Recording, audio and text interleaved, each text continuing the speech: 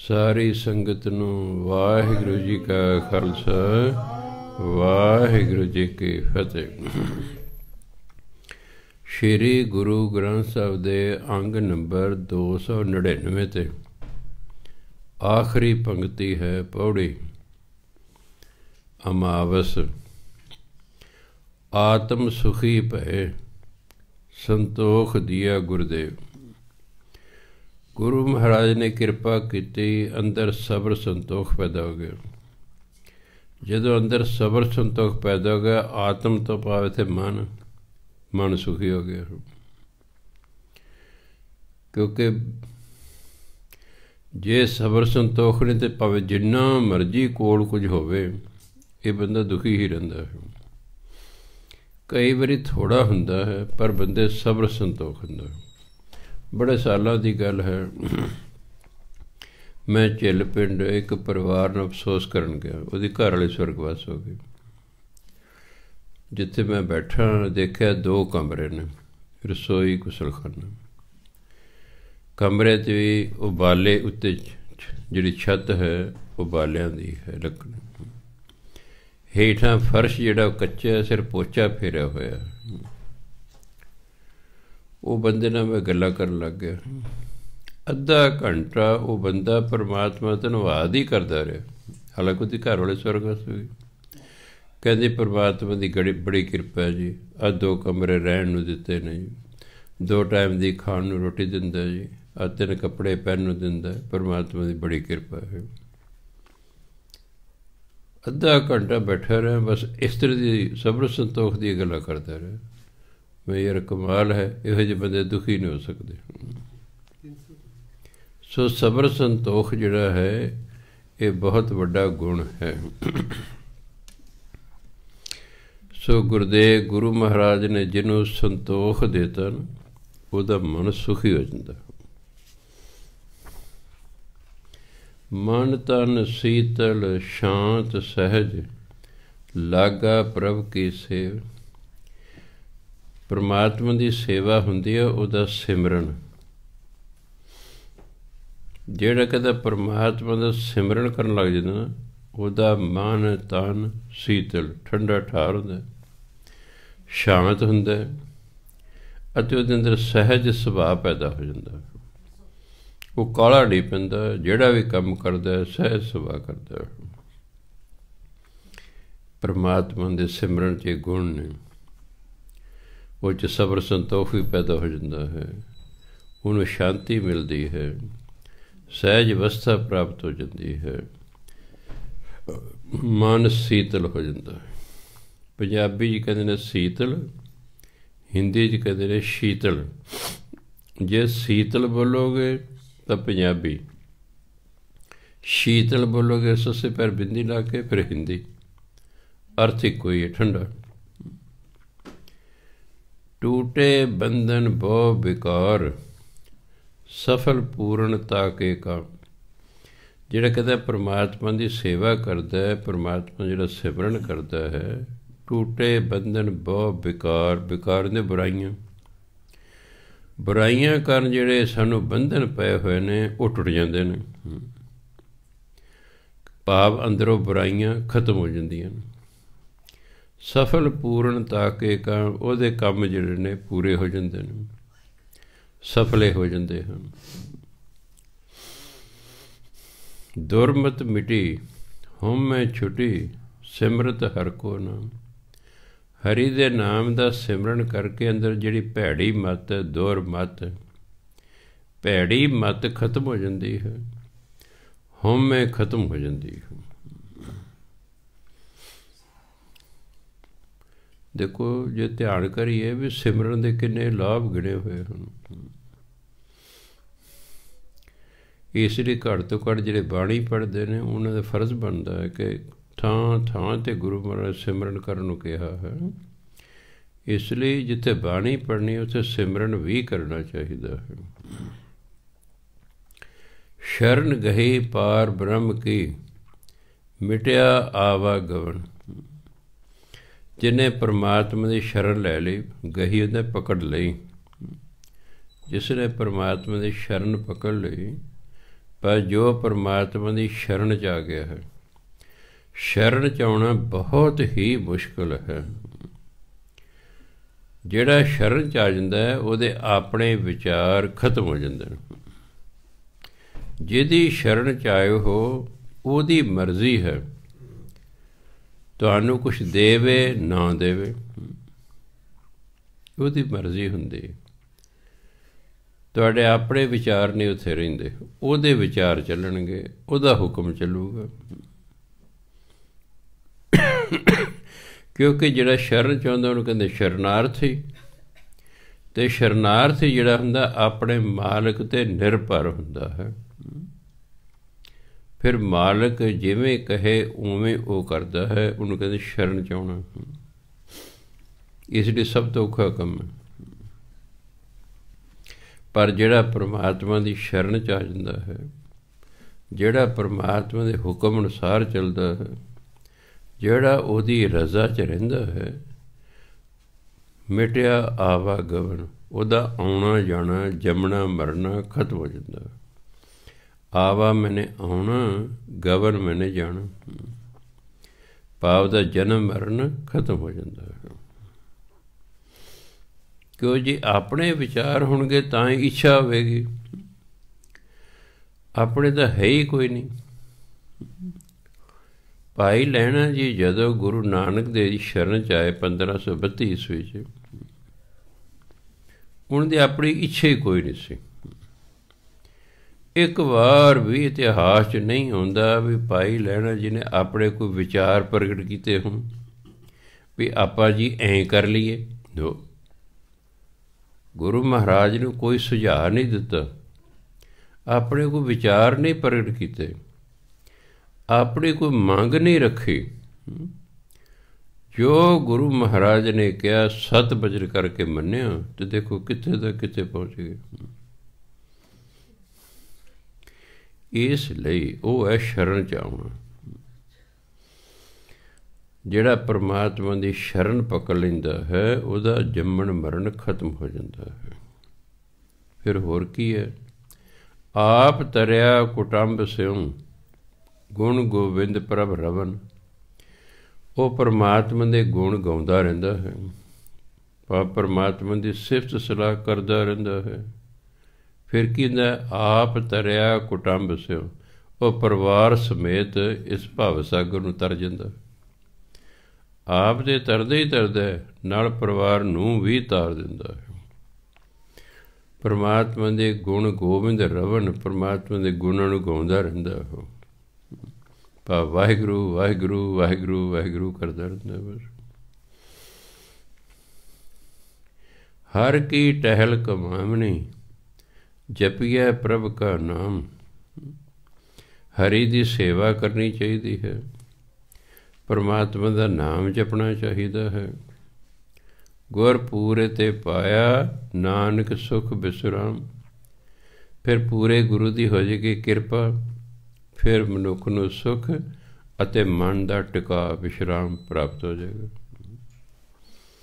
ਮਨ ਟਿਕ ਗਿਆ ਆਪੇ ਸੁਖ ਹੈ। ਇਹ ਮਨ ਨਹੀਂ ਟਿਕ ਰਿਹਾ, ਇਸ ਲਈ ਹੀ ਦੁੱਖ ਹੈ। ਸੋ ਵਿਸ਼ਰਾਮ ਚਾਹੀਦਾ ਮਨੁੱਖ, ਮਨ ਟਿਕ ਜਾਂਦਾ ਹੈ, ਸੁਖ ਦੀ ਪ੍ਰਾਪਤੀ ਹੋ ਜਾਂਦੀ ਹੈ। ਕਰਨਾ ਕੀ ਹੈ? ਜਪੀਐ ਪ੍ਰਭ ਕਾ ਨਾਮ, ਪਰਮਾਤਮਾ ਦਾ ਨਾਮ ਜਪੀ ਜਾਣਾ ਹੈ। ਸ਼ਲੋਕ। ਪੂਰਨ ਕਬੂ ਨਾ ਡੋਲਤਾ। ਇਹ ਕਬ ਹੂੰ, ਇਹ ਦੋ ਸ਼ਬਦ ਨਹੀਂ ਕਰਨਾ, ਇੱਕੋ ਹੀ ਹੈ ਕਬੂ। ਬੱਬਾ ਅਤੇ ਹਾਹਾ ਰਲ ਕੇ ਭੱਬਾ ਬਣ ਜਾਂਦਾ ਹੈ। ਬੱਬਾ ਅਤੇ ਹਾਹਾ ਜਦੋਂ ਇਕੱਠੇ ਰਲਦੇ ਨੇ, ਇਹ ਭੱਬੇ ਦੀ ਆਵਾਜ਼ ਦਿੰਦੇ ਨੇ। ਕਬੂ, ਕਬ ਹੂੰ ਨਹੀਂ ਪੜ੍ਹਨਾ, ਇਹ ਫਿਰ ਦੋ ਹੋ ਗਏ, ਇੱਕ ਕਬੂ ਇੱਕ ਹੂੰ। ਕਬ ਹੂੰ ਐ ਨਹੀਂ ਪੜ੍ਹਨਾ, ਕਬੂ ਇਕੱਠੇ ਹੀ ਹੈ।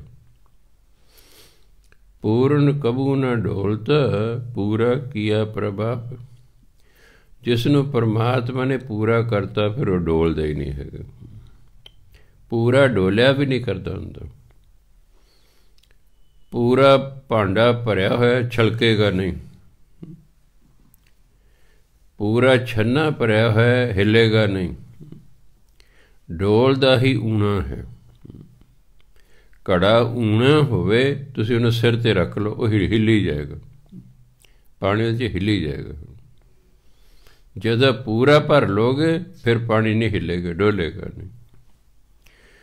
ਜਦੋਂ ਖੂਹਾਂ ਤੋਂ ਬੀਬੀਆਂ ਪਾਣੀ ਲੈ ਕੇ ਆਇਆ ਕਦੇ ਘੜੇ ਭਰ ਕੇ, ਮੈਂ ਦੇਖੇ ਇਹਨੂੰ ਰੱਖਿਆ ਹੁੰਦਾ ਸੀ ਸਿਰ 'ਤੇ ਬਣਾ ਕੇ, ਠੀਕ ਹੈ, ਘੜਾ ਰੱਖਿਆ ਹੋਇਆ, ਘੜੇ ਦੇ ਉੱਤੇ ਇੱਕ ਹੋਰ ਛੋਟਾ ਘੜਾ ਰੱਖਿਆ ਹੋਇਆ, ਉਹਦੇ ਇੱਕ ਛੋਟਾ ਹੋਰ ਰੱਖਿਆ ਹੋਇਆ ਹੈ। ਕਈ ਵਾਰੀ ਕੱਛੇ ਵੀ ਕੋਈ ਦਿੱਤਾ ਹੁੰਦਾ ਸੀ। ਹਾਂਜੀ, ਆਪਣੀਆਂ ਸਹੇਲੀਆਂ ਨਾਲ ਗੱਲਾਂ ਵੀ ਕਰਦੇ ਹੁੰਦੇ ਸੀ, ਪਰ ਉਹ 'ਤੇ ਡੋਲਦਾ ਨਹੀਂ ਸੀ, ਡਿੱਗਦਾ ਨਹੀਂ ਸੀ ਕੁਛ, ਭਰੇ ਹੋਏ ਸਨ, ਭਰੇ ਹੋਏ ਸਨ। ਇਸ ਲਈ ਜਿਹੜਾ ਪੂਰਨ ਹੁੰਦਾ, ਜਿਹੜਾ ਮਨੁੱਖ ਪੂਰਨ ਹੁੰਦਾ, ਉਹ ਨਹੀਂ ਡੋਲਿਆ ਕਰਦਾ। ਦੁੱਖ ਹੋ ਸੁੱਖ ਹੋ, ਉਹ ਇੱਕ ਸਮ ਰਹਿੰਦਾ। ਉਹ ਵੱਡੀਆਂ ਵੱਡੀਆਂ ਮੁਸੀਬਤਾਂ 'ਚ ਦਿਲ ਨਹੀਂ ਛੱਡਦਾ, ਡੋਲਿਆ ਨਹੀਂ ਕਰਦਾ। ਹੁਣ ਕੁੱਲ 40 ਬੰਦੇ ਨੇ ਚਮਕੌਰ ਦੀ ਗੜੀ 'ਚ, ਬਾਹਰ ਲੱਖਾਂ ਨੇ, ਇੱਕ ਵੀ ਸਿੱਖ ਡੋਲਿਆ ਨਹੀਂ ਹੈ। ਕਿਸੇ ਸਿੱਖ ਨੇ ਨਹੀਂ ਕਿਹਾ ਮਹਾਰਾਜ ਜੀ ਇਹ ਤਾਂ ਬਸ ਹੁਣ ਸਵੇਰੇ ਦਾ ਮਰਾਂਗੇ ਜੀ, ਵੀ ਥੋੜ੍ਹਾ ਜਿਹਾ ਪਰੇ ਨਾ। ਸਾਰੇ ਦੇ ਸਾਰੇ ਸ਼ਹੀਦੀਆਂ ਪ੍ਰਾਪਤ ਕਰ ਗਏ, ਕੋਈ ਹੱਥ ਖੜੇ ਕਰਕੇ ਬਾਹਰ ਨਹੀਂ ਨਿਕਲਿਆ, ਕਿ ਪੂਰਨ ਸਨ। ਉਹ ਪੂਰਨ ਹੋਣ ਕਰਕੇ ਕੋਈ ਡੋਲਿਆ ਹੀ ਨਹੀਂ, ਕਿਉਂਕਿ ਪੂਰਨ ਵੀ ਪਰਮਾਤਮਾ ਜੀਵ ਨੂੰ ਕਰਦਾ। ਪੂਰਾ ਕੀਆ ਪ੍ਰਭ ਆਪ, ਜਿਹਨੂੰ ਪਰਮਾਤਮਾ ਨੇ ਪੂਰਾ ਕਰਤਾ ਨਾ, ਉਹ ਫਿਰ ਡੋਲਿਆ ਨਹੀਂ ਕਰਦਾ। ਦਿਨ ਦਿਨ ਚੜ੍ਹੈ ਸਵਾਇਆ, ਨਾਨਕ ਹੋਤ ਨਾ ਘਾਟ। ਸਵਾਇਆ ਹੁੰਦਾ ਪਹਿਲਾਂ ਨਾਲੋਂ ਵੱਧ, ਹੁਣ ਤੇ ਸਵਾਇਆ ਥੋੜ੍ਹੇ ਨੂੰ ਕਹਿੰਦੇ। ਛੋਟਿਆਂ ਹੁੰਦਿਆਂ ਕੋਈ ਨਿਹੰਗ ਸਿੰਘ ਸੀ, ਬਾਪੂ ਜੀ ਕਹਿੰਦੇ ਮੈਨੂੰ ਚਾਹ ਪਾ ਦੇ, ਕਹਿੰਦਾ ਕਾਕਾ ਸਵਾਇਆ ਗੱਫਾ ਦਈ। ਮੈਂ ਕਿਹਾ ਸਵਾ ਗੁਣਾ, ਕਹਿੰਦਾ ਮੈਂ ਤਾਂ ਗਲਾਸ ਭਰਤਾ। ਉਹ ਤੂੰ ਮੇਰਾ ਗਲਾਸ ਭਰਤਾ। ਮੈਂ ਤੁਸੀਂ ਕਿਹਾ ਸੀ ਸਵਾਇਆ, ਵੀ ਸਵਾਇਆ ਤਾਂ ਫਿਰ ਸਵਾ ਗੁਣਾ ਹੁੰਦਾ ਹੈ। ਕਹਿੰਦਾ ਤੈਨੂੰ ਨਹੀਂ ਪਤਾ, ਸਵਾਇਆ ਥੋੜ੍ਹਾ ਹੁੰਦਾ। ਮੈਂ ਬਾਪੂ ਜੀ ਪੁੱਛਿਆ ਵੀ ਸਵਾਇਆ ਥੋੜ੍ਹਾ, ਕਹਿੰਦੇ ਨਿਹੰਗਾ ਸਿੰਘਾਂ ਦੇ ਬੋਲੇ ਨੇ, ਇਹਨਾਂ ਦੇ ਆਪਣੇ ਹੱਡ। ਕਹਿੰਦੇ ਤਾਂ ਭੁੱਜੇ ਛੋਲਣ ਬਦਾਮ, ਕਹਿੰਦੇ ਇਹਨਾਂ ਦਾ ਕੀ ਹੈ, ਬਦਾਮ ਕਹਿੰਦੇ ਨੇ। ਮਿਰਚ ਨੂੰ ਲੜਾਕੀ ਕਹਿੰਦੇ ਨੇ, ਗੰਢੇ ਨੂੰ ਸਰੂਪਾ ਸਿੰਘ ਕਹਿੰਦੇ ਨੇ, ਸਰੂਪਾ ਸਿੰਘ। ਗੱਡੀ ਨੂੰ ਭੂਤ ਨਹੀਂ ਕਹਿੰਦੇ, ਇੰਜਣ ਨੂੰ ਤੇਜਾ ਸਿੰਘ ਕਹਿੰਦੇ ਨੇ। ਕਹਿੰਦੇ ਇਹਨਾਂ ਦੇ ਬੋਲੇ ਆਡੇ ਹੁੰਦੇ ਨੇ। ਸੋ ਇਸ ਲਈ ਉਹ ਦਿਨੋਂ ਦਿਨ ਉਹ ਵੱਧਦਾ ਹੀ ਜਾਂਦਾ ਹੈ, ਘਾਟ ਨਹੀਂ ਹੁੰਦੀ ਕੋਈ, ਕਿਸੇ ਚੀਜ਼ ਦੀ ਉਹਨੂੰ ਕਮੀ ਨਹੀਂ ਹੁੰਦੀ ਹੈਗੀ। ਪੌੜੇ ਪੂਰਨਮਾ, ਜਿਹਨੂੰ ਆਪਾਂ ਪੂਰਨਮਾਸ਼ੀ ਕਹਿੰਦੇ। ਪੂਰਨ ਪ੍ਰਭ ਏਕ, ਕਰਨ ਕਾਰਨ ਸਮਰੱਥ। ਪਰਮਾਤਮਾ ਹੀ ਪੂਰਨ ਹੈ, ਇੱਕ ਪਰਮਾਤਮਾ ਪੂਰਨ ਹੈ। ਕਰਨ ਕਾਰਨ ਸਮਰੱਥ, ਉਹ ਕਰਨ ਅਤੇ ਕਰਾਉਣ ਦੇ ਸਮਰੱਥ ਹੈ। ਜੋ ਚਾਹੇ ਕਰ ਸਕਦਾ ਹੈ, ਜੋ ਚਾਹੇ ਕਿਸੇ ਤੋਂ ਕਰਵਾ ਸਕਦਾ ਹੈ। ਕੀੜਾ ਥਾਪ ਦੇ ਪਾਤਸ਼ਾਹੀ, ਲਸ਼ਕਰ ਕਰੇ ਸਵਾ। ਇੱਕ ਨਿਮਾਣੇ ਨਿਤਾਣੇ ਨੂੰ ਵੀ ਰਾਜਾ ਬਣਾ ਸਕਦਾ ਹੈ, ਅਤੇ ਜਿਨ੍ਹਾਂ ਕੋਲ ਬਹੁਤ ਫੌਜਾਂ ਨੇ ਉਹਨਾਂ ਨੂੰ ਹਰਾ ਸਕਦਾ ਹੈ। ਉਹ ਸਮਰੱਥ ਹੈ। ਜੀ ਜੰਤ ਦਇਆਲ ਪ੍ਰਭ, ਸਭ ਉੱਪਰ ਜਾ ਕਾ ਹੱਥ। ਪਰਮਾਤਮਾ ਸਾਰੇ ਜੀਵਾਂ 'ਤੇ ਦਿਆਲੂ ਹੈ, ਸਾਰਿਆਂ ਦੇ ਉੱਪਰ ਉਹਦਾ ਹੱਥ ਹੈ, ਕਿਰਪਾ ਦ੍ਰਿਸ਼ਟੀ ਹੈ, ਮਿਹਰ ਭਰਿਆ ਹੱਥ। ਅਸੀਂ ਹੀ ਉਹਨੂੰ ਕਹਿਣਾ ਹੱਥ ਭਰਾ ਕਰ ਲੈ, ਤੇਰਾ ਸਾਨੂੰ ਭਾਰਾ ਲੱਗਦਾ, ਭਰਾ ਕਰਨ। ਉਹ ਤਾਂ ਸਾਡੇ ਸਿਰ 'ਤੇ ਹੱਥ ਰੱਖਦਾ, ਅਸੀਂ ਹੀ ਨਹੀਂ ਰਖਾਉਂਦੇ। ਬਹੁਤ ਸਾਰੇ ਲੋਕ ਨੇ ਜਿਹੜੇ ਪਰਮਾਤਮਾ ਨੂੰ ਮੰਨਦੇ ਹੀ ਨਹੀਂ ਹੈਗੇ। ਉਹ ਕਹਿੰਦੇ ਕੋਈ ਪਰਮਾਤਮਾ ਪ੍ਰਭੂਤਾ ਨਹੀਂ ਹੁੰਦਾ, ਬਸ ਐਵੇਂ ਕਿ ਧਾਰਮਿਕ ਲੋਕਾਂ ਨੇ ਬਣਾਇਆ ਹੋਇਆ। ਸੋ ਇਸ ਲਈ ਉਹਦਾ ਹੱਥ ਤਾਂ ਸਾਰਿਆਂ 'ਤੇ ਹੈ, ਪਰ ਅਸੀਂ ਹੱਥ ਧਰਾਉਣ ਦੇ ਆਪਣੇ ਆਪ ਨੂੰ ਯੋਗ ਹੀ ਨਹੀਂ ਬਣਾਉਂਦੇ। ਇਸ ਕਰਕੇ ਗੁਣ ਨਿਧਾਨ ਗੋਬਿੰਦ ਗੁਰ ਕੀਆ ਜਾ ਕਾ ਹੋਏ। ਨਿਧਾਨ ਕਹਿੰਦੇ ਖਜ਼ਾਨੇ ਨੂੰ। ਗੋਬਿੰਦ ਜੋ ਕਿ ਸਭ ਦਾ ਗੁਰੂ ਹੈ, ਉਹ ਗੁਣਾਂ ਦਾ ਖਜ਼ਾਨਾ ਹੈ। ਇੱਕ ਅੱਧਾ ਗੁਣ ਨਹੀਂ ਉਹਦੇ 'ਚ, ਉਹ ਗੁਣਾਂ ਦਾ ਖਜ਼ਾਨਾ ਹੈ। ਹੁਣ ਉਹ ਗੁਣਾਂ ਦਾ ਖਜ਼ਾਨਾ ਪੁਰਾਤਨ ਰਿਸ਼ੀਆਂ ਮੁਨੀਆਂ ਪੀਰਾਂ ਪੈਗੰਬਰਾਂ ਗੁਰੂਆਂ ਨੇ ਇੱਕ ਬੜੀ ਜ਼ਬਰਦਸਤ ਕਾਢ ਕੱਢੀ ਵੀ ਤੁਸੀਂ ਗੁਣਵਾਨ ਨਹੀਂ ਹੋ, ਤੁਸੀਂ ਗੁਣਵਾਨ ਹੋਣਾ ਚਾਹੁੰਦੇ ਹੋ, ਤੁਸੀਂ ਪਰਮਾਤਮਾ ਦਾ ਨਾਮ ਜਪੀ ਜਾਓ। ਉਹਨਾਂ ਗੁਰਮੰਤਰ ਦੀ ਕਾਢ ਕੱਢੀ ਵੀ ਗੁਰਮੰਤਰ ਦਾ ਜਾਪ ਕਰਦੇ ਰਹੋ, ਸਮਾਂ ਪਾ ਕੇ ਪਰਮਾਤਮਾ ਵਾਲੇ ਗੁਣ ਤੁਹਾਡੇ ਵਿੱਚ ਪੈਦਾ ਹੋ ਜਾਣਗੇ ਅਤੇ ਤੁਸੀਂ ਗੁਣੀ ਹੋ ਜਾਓਗੇ। ਬੜੀ ਜ਼ਬਰਦਸਤ ਕਾਢ ਹੈ। ਤੁਹਾਨੂੰ ਪਰਮਾਤਮਾ ਤੋਂ ਕੀ ਚਾਹੀਦਾ, ਇਹ ਮਨ 'ਚ ਰੱਖ ਉਹਦਾ ਨਾਮ ਜਪੀ ਜਾਓ। ਸਮਾਂ ਪਾ ਕੇ ਉਹੀ ਚੀਜ਼ ਤੁਹਾਨੂੰ ਪ੍ਰਾਪਤ ਹੋ ਜਾਏ, ਕਿਉਂਕਿ ਉਹਦੇ ਕੋਲ ਸਭ ਕੁਛ ਹੈ। ਉਸਦੇ ਕੋਲ ਸਭ ਕੁਛ ਹੈ। ਉਹਦਾ ਨਾਮ ਜਪਣ ਨਾਲ ਤੁਹਾਨੂੰ ਸਹਿਜ ਸੁਭਾਅ ਹੀ ਉਸ ਚੀਜ਼ ਦੀ ਪ੍ਰਾਪਤੀ ਹੋ ਜਾਣੀ ਹੈ। ਸੋ ਇਸ ਲਈ ਕਹਿੰਦੇ ਪਰਮਾਤਮਾ ਗੁਣਾਂ ਦਾ ਖਜ਼ਾਨਾ ਹੈ। ਜਾ ਕਾ ਕੀਆ ਜਾ ਕਾ ਹੋਏ, ਉਹਦਾ ਕੀਤਾ ਹੀ ਹੁੰਦਾ ਹੈ। ਜੋ ਕਰਨਾ ਚਾਹੁੰਦਾ ਹੈ ਉਹੀ ਹੁੰਦਾ ਹੈ। ਮਨੁੱਖ ਕਹਿੰਦਾ ਮੈਂ ਕੀਤਾ, ਜਿਹੜਾ ਮੈਂ ਕੀਤਾ ਉਹ ਕਰਨ ਦੇ ਮੈਨੂੰ ਸਮਰੱਥ ਬਣਾਇਆ। ਜੋ ਸਮਰੱਥ ਹੀ ਨਾ ਬਣਾਉਂਦਾ ਫਿਰ ਕਿਵੇਂ ਕਰ ਲੈਂਦਾ ਬੰਦਾ ਬਈ? ਉਹਨੇ ਸਮਰੱਥ ਬਣਾਇਆ ਤਾਂ ਹੀ ਕੀਤਾ। ਸੋ ਸਭ ਕੁਛ ਉਹਦੇ ਹੱਥ 'ਚ ਹੈ। ਉਹ ਜੋ ਕਰਦਾ ਉਹੀ ਹੁੰਦਾ ਹੈ। ਅੰਤਰ ਜਾਮੀ ਪ੍ਰਭ ਸੁਜਾਨ ਅਲਖ ਨਿਰੰਜਨ ਸੋਏ। ਇਹਨੂੰ ਅਲਖ ਨਹੀਂ ਪੜ੍ਹ ਦੇਣਾ, ਅਲਖ। ਲਖ ਹੁੰਦਾ ਸਮਝਣਾ, ਅਲਖ ਜਿਹਨੂੰ ਸਮਝਿਆ ਹੀ ਨਾ ਜਾ ਸਕੇ। ਨਿਰੰਜਨ ਨਿਰਅੰਜਨ, ਅੰਜਨ ਹੁੰਦੀ ਹੈ ਮਾਇਆ। ਨਿਰੰਜਨ ਜੋ ਮਾਇਆ ਤੋਂ ਨਿਰਲੇਪ ਹੈ, ਜਿਸ 'ਤੇ ਮਾਇਆ ਦਾ ਅਸਰ ਨਹੀਂ ਹੁੰਦਾ। ਪਰਮਾਤਮਾ ਅੰਤਰਜਾਮੀ ਹੈ। ਸੁਜਾਨ ਉਹ ਸਿਆਣਾ ਹੈ, ਜਾਣੀ ਜਾਣ ਹੈ। ਅਲਖ ਉਹ ਸਾਡੀ ਸਮਝ ਤੋਂ ਬਾਹਰ ਹੈ। ਨਿਰੰਜਨ ਉਹ ਮਾਇਆ ਤੋਂ ਨਿਰਲੇਪ ਹੈ। ਪਾਰ ਬ੍ਰਹਮ ਪਰਮੇਸ਼ਰੋ ਸਭ ਵਿਦ ਜਾਣਨ ਹਾਰ। ਵਿਦ ਹੁੰਦੀ ਹੈ ਵਿਧੀ, ਢੰਗ, ਤਰੀਕਾ।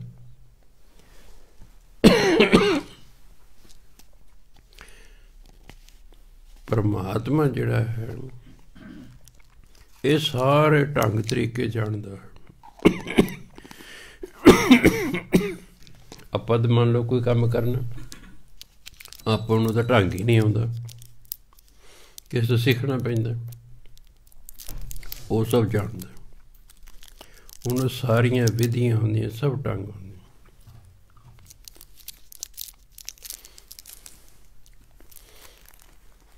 ਸੰਤ ਸਹਾਈ ਸ਼ਰਨ ਜੋਗ 8 ਪਹਿਰ ਨਮਸਕਾਰ।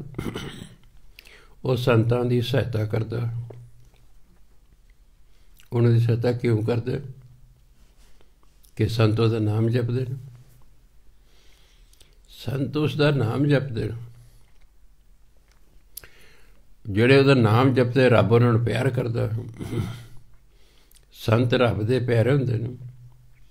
ਅਤੇ ਜੇ ਸਾਡਾ ਪਿਆਰਾ ਹੈ, ਅਸੀਂ ਉਹਦੀ ਸਹਾਇਤਾ ਕਰਦੇ। ਕੁਦਰਤੀ ਗੱਲ ਹੈ।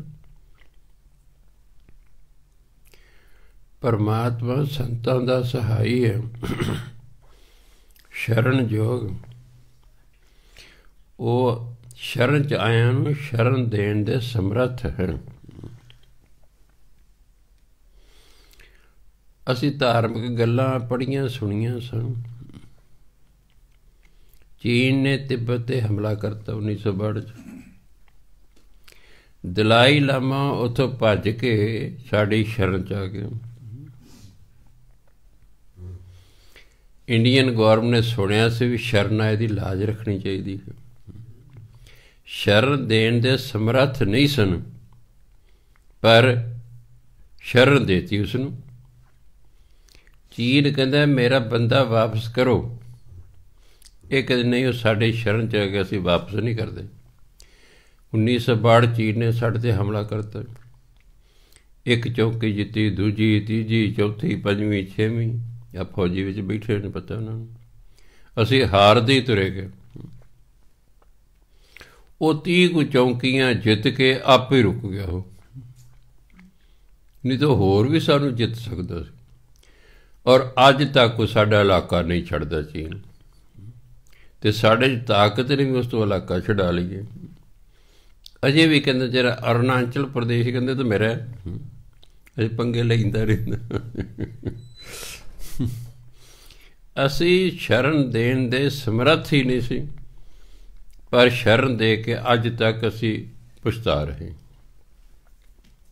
ਪਰਮਾਤਮਾ ਸ਼ਰਨ ਦੇਣ ਦੇ ਯੋਗ ਹੈ।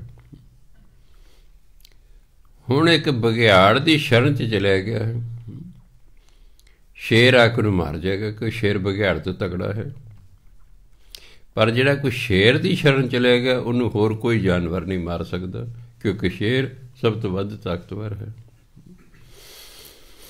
ਇਸ ਲਈ ਜੇ ਸ਼ਰਨ 'ਚ ਵੀ ਜਾਣਾ ਫਿਰ ਸਮਰੱਥ ਦੇ ਜਾਣਾ ਚਾਹੀਦਾ ਹੈ, ਜਿਹੜਾ ਸਾਡੀ ਰੱਖਿਆ ਕਰ ਸਕੇ।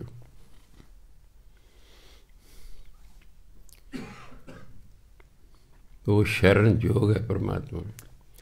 8 ਪੈਰ ਨਮਸਕਾਰ, 8 ਪੈਰ ਉਹਨੂੰ ਨਮਸਕਾਰ ਕਰੋ, ਭਾਵ 8 ਪੈਰ ਉਹਦਾ ਨਾਮ ਜਪਦੇ ਰਹੋ। ਅਕਥ ਕਥਾ ਨਾ ਬੂਝੀਏ, ਸਿਮਰੋ ਹਰ ਕੇ ਚਰਨ। ਪਰਮਾਤਮਾ ਦੀ ਕਥਾ, ਕਥਾ ਭਾਵ ਸਿਫਤ ਸਲਾਹ, ਅਕਥ ਜਿਹੜੀ ਪੂਰੀ ਤਰ੍ਹਾਂ ਵਰਣਨ ਨਾ ਕੀਤੀ ਜਾ ਸਕੇ। ਪਰਮਾਤਮਾ ਦੀ ਇੰਨੀ ਸਿਫਤ ਸਲਾਹ ਹੈ ਕਿ ਉਹ ਅਕਥ ਹੈ। ਉਹਦੀ ਸਿਫਤ ਸਲਾਹ ਨੂੰ ਅਸੀਂ ਸਮਝ ਹੀ ਨਹੀਂ ਸਕਦੇ, ਇੰਨੀ ਜ਼ਿਆਦਾ ਸਿਫਤ ਸਲਾਹ ਉਹਦੀ। ਇਸ ਲਈ ਉਹਨੂੰ ਕਹਿੰਦੇ ਬੁੱਝਣ ਦੀ, ਸਮਝਣ ਦੀ ਲੋੜ ਨਹੀਂ। ਕਰਨਾ ਕੀ ਹੈ? ਸਿਮਰੋ ਹਰ ਕੇ ਚਰਨ। ਬਸ ਪਰਮਾਤਮਾ ਦੇ ਚਰਨਾਂ ਦਾ ਧਿਆਨ ਧਰਨਾ ਹੈ, ਭਾਵ ਉਹਦਾ ਸਿਮਰਨ ਕਰਨਾ ਹੈ।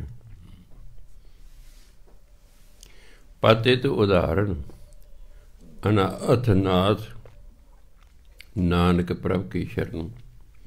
ਪਤਿਤ ਹੁੰਦਾ ਪਾਪੀ। ਪਰਮਾਤਮਾ ਪਾਪੀਆਂ ਦਾ ਵੀ ਪਾਰ ਉਤਾਰਾ ਕਰਨ ਵਾਲਾ ਹੈ, ਅਨਾਥਾਂ ਦਾ ਨਾਥ ਹੈ। ਕਈ ਬੱਚਿਆਂ ਦੇ ਮਾਤਾ ਪਿਤਾ ਸਵਰਗਵਾਸ ਹੋਏ ਨੇ,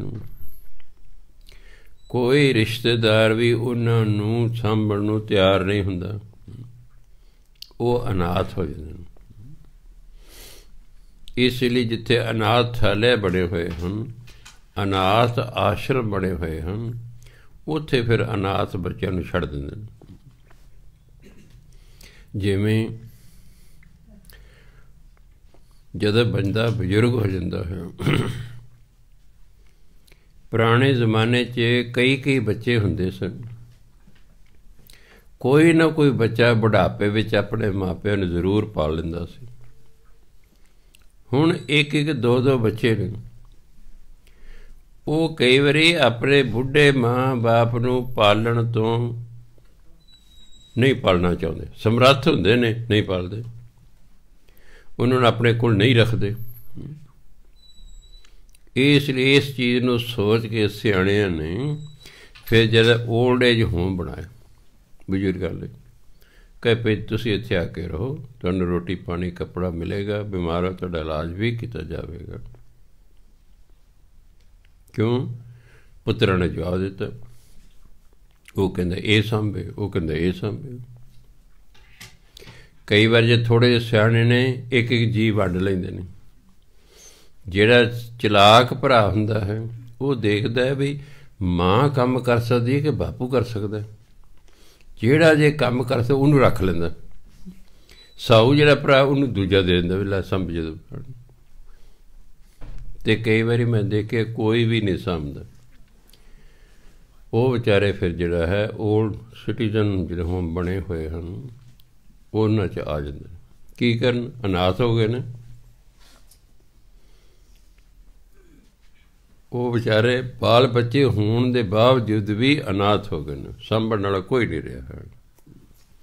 ਪਰਮਾਤਮਾ ਨੂੰ ਕਹਿੰਦੇ ਇਹ ਅਨਾਥਾਂ ਦਾ ਨਾਥ ਹੈ, ਜਿਹਦਾ ਕੋਈ ਨਹੀਂ ਉਹਦਾ ਫਿਰ ਪਰਮਾਤਮਾ ਹੁੰਦਾ ਹੈ।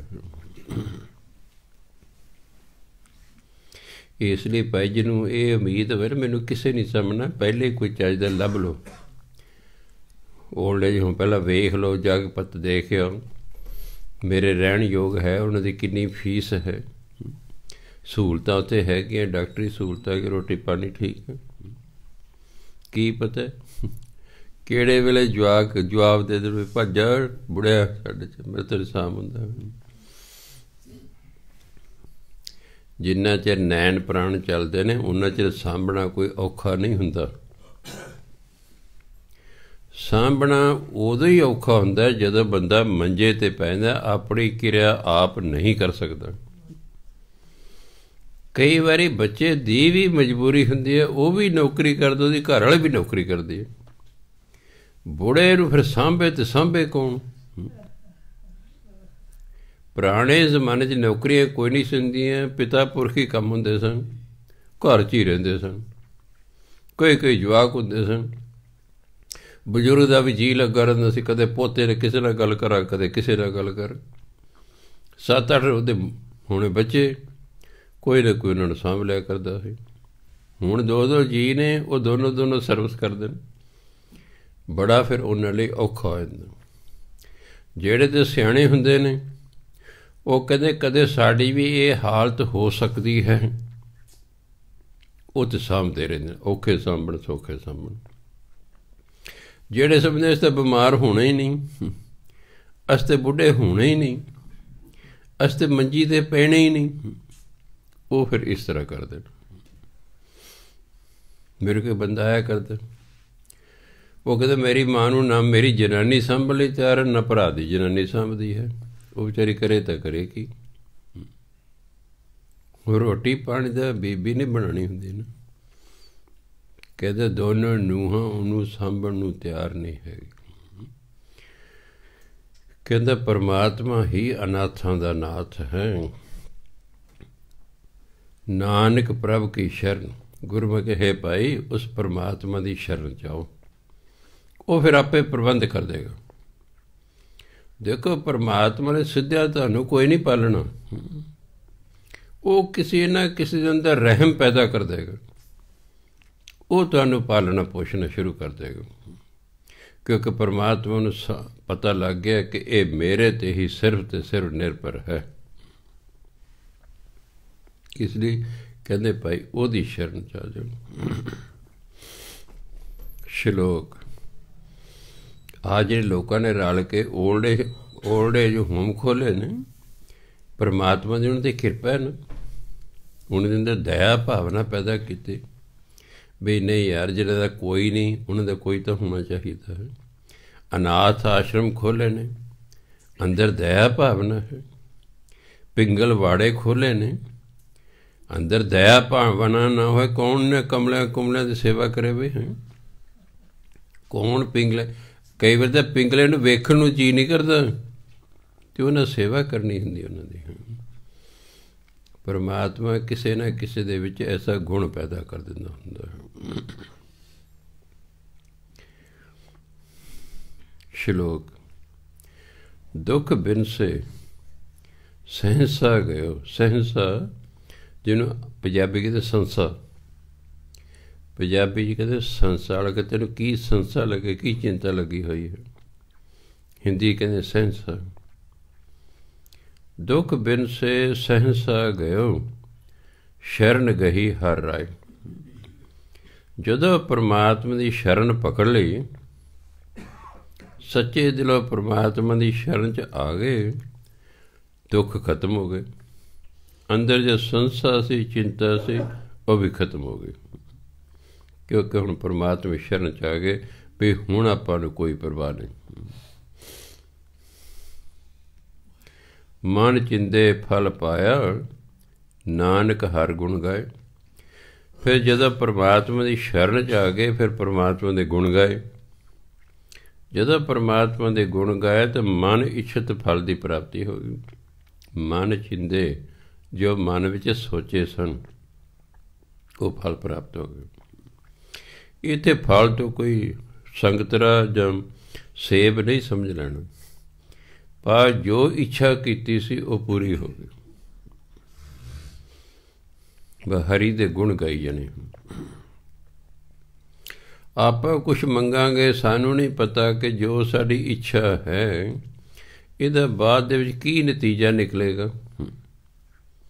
ਪਰਮਾਤਮਾ ਨੂੰ ਪਤਾ ਹੈ ਕਿ ਜੋ ਇੱਛਾ ਕਰ ਰਿਹਾ ਹੈ ਇਹ ਕਰਦਾ ਮੇਰੀ ਭਜਨ ਬੰਦਗੀ।